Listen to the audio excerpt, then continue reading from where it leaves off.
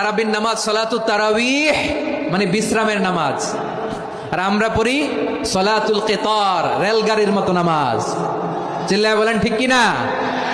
না, এরকম করবেন না। ইমাম সাহেবদেরকে আশ্বস্ত করুন যে ইমাম সাহেবরা আমরা পিছনে আসি আপনাদের সাথে, আপনি আস্তে আস্তে পড়েন, তার তিলের সাথে পড়েন, ধীরস্থির ভাবে তারাবির সালাত পড়বেন। সারা বছর এই সুযোগ হয় না, দাঁড়িয়ে কোরআন শোনার এরকম আয়োজন ব্যবস্থাপনা সারা বছর আর আমরা পাই বলেন তো না।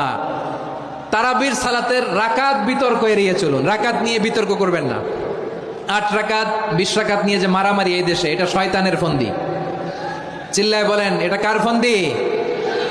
আমরা 20 রাকাত পড়ি, আপনারা হয়তো 8 রাকাত পড়েন, কোনো অসুবিধা নাই। আমরা যারা 20 রাকাত আমরা পড়তেছি, আমরা 20 রাকাতের কথাই বলি, 20 রাকাত আমরা পড়বো আজীবন।